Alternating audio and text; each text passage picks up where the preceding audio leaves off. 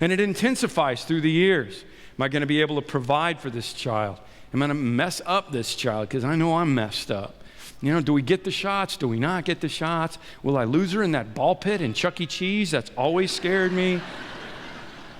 And it never stops, you guys. I want you to know it never stops. So what do we do with it? Well, let me take you to a guy named Jairus in the Bible who was having a real problem with one of his kids. She was literally dying. It was a 12-year-old girl. And watch the interaction with Jesus. On the other side of the lake, the crowds welcomed Jesus because they'd been there waiting for him. And a man named Jairus came, a ruler in the synagogue, came and fell at Jesus' feet, pleading with him to come to his house because his only daughter, a girl of about 12, was dying. Nothing brings you to your knees faster than your family, right?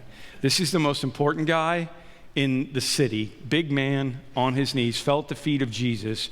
Why? Because he had a daughter with a problem. Matthew 15:22, a woman comes to Jesus and says, "Have mercy, Master, Son of David. My daughter is cruelly affected by an evil spirit." In Mark chapter 9, another guy comes whose kid's got a problem. He says, "Lord, I believe, but help my unbelief." So many people come to God when they have children, because there's real need there. There's a real prayer there spoken by an honest parent. That's what brings us. And Jesus responded with compassion and care to every one of them, and he wants to do the same for you. But let me solve this whole thing right up front, and then I'm going to give you some advice, some grandfatherly advice, okay? Let me solve this whole thing up front. This should help you with anything that you're worried about with any family member that you have. Everyone on earth is God's child first.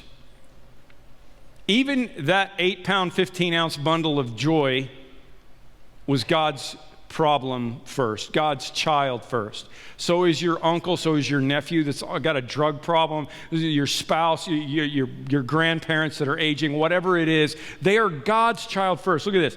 The psalmist said, "You created my inmost being. You knit me together in my mother's womb."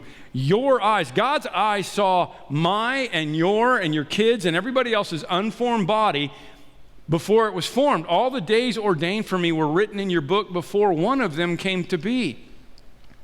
When it comes right down to it, all of the people on the earth are God's kids. Your kids are God's kids. And one of the most important remedies to helping you with insomnia when it comes to worrying about your kids or your loved ones one way or the other is hitting your knees and bringing them to the feet of Jesus.